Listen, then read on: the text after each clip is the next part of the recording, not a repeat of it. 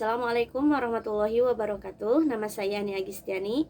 Saya merupakan mahasiswa dari Universitas Terbuka Pokjar Pasundan Garut. Pada kesempatan kali ini saya akan membuat simulasi tentang pemantapan kemampuan profesional. Selamat menyaksikan. Assalamualaikum, selamat pagi anak-anak. Oke, sebelum belajar kita rapikan dulu tempat duduknya. Yuk, dirapikan dulu. Ya, udah. Oke. Sebelum memulai pembelajaran, mari kita bersama-sama membacakan basmalah terlebih dahulu. Bismillahirrohmanirrohim. Oke. Nah, sekarang sudah siap belajar? Ya, bagus. Di sini sekarang Ibu mau bertanya.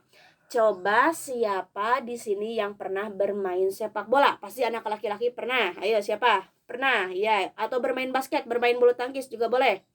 Oke, sekarang kita ambil contohnya adalah bermain bola. Ibu punya contoh. Ini adalah sebuah bola. Ibu akan melemparnya. Ibu tangkap. Nah, ketika ibu menangkap bola, apakah ada perubahan gaya yang ditimbulkan oleh ibu? Ada tidak? Oke, ibu tadi ketika ibu menangkap bola tersebut, maka ada perubahan gaya, posisi yang ibu lakukan. Nah, di sini berarti menunjukkan bahwa gaya dapat merubah gerak suatu benda dan gaya dapat merubah bentuk suatu benda. Nah, materi yang akan ibu sampaikan adalah itu, gaya dapat merubah gerak dan bentuk suatu benda. Oke, di sini ibu punya contoh, kalian bisa lihat. Di sini ada gambar seorang kiper atau seorang anak yang menjadi kiper dan sekelompok orang yang sedang bermain bola. Ketika seorang anak itu menangkap bola, maka dia itu terjadi perubahan gaya, yaitu tadinya dia berdiri dengan tegak, kemudian ketika bola datang, dia menangkapnya dengan posisi yang seharusnya dia lakukan. Nah, di situ terjadi perubahan gaya dapat merubah gerak suatu benda. Nah, sekarang yang ibu mau jelaskan, apa yang dimaksud dengan gaya itu sendiri?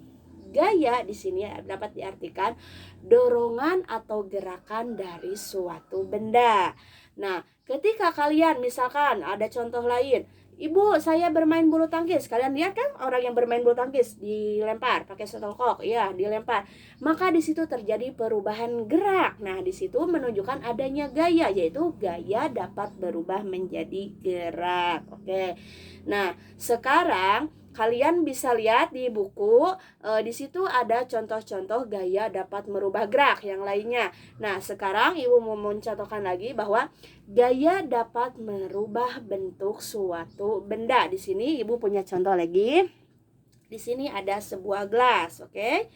Ketika ibu celupkan tangan ibu kocok-kocok ini gelas, airnya di dalamnya, maka airnya itu berubah menjadi seperti seolah-olah pecah. Nah, tuh seolah-olah pecah. Nah, di sini terjadi perubahan gaya juga, yaitu gaya dapat merubah bentuk suatu benda. Nah, di sini ketika ibu mengkocek-kocek ini airnya, nah di sini terjadi perubahan seolah-olah airnya itu seperti pecah. Di sini dijelaskan berarti bahwa di sini ada terdapat gaya, yaitu gaya dapat merubah bentuk suatu benda. Kemudian ibu punya contoh lagi. Misalkan, apa kalian tahu tanah liat yang suka dibuat untuk membuat apa? Untuk membuat apa? Ya, bisa untuk mainan, pas bunga.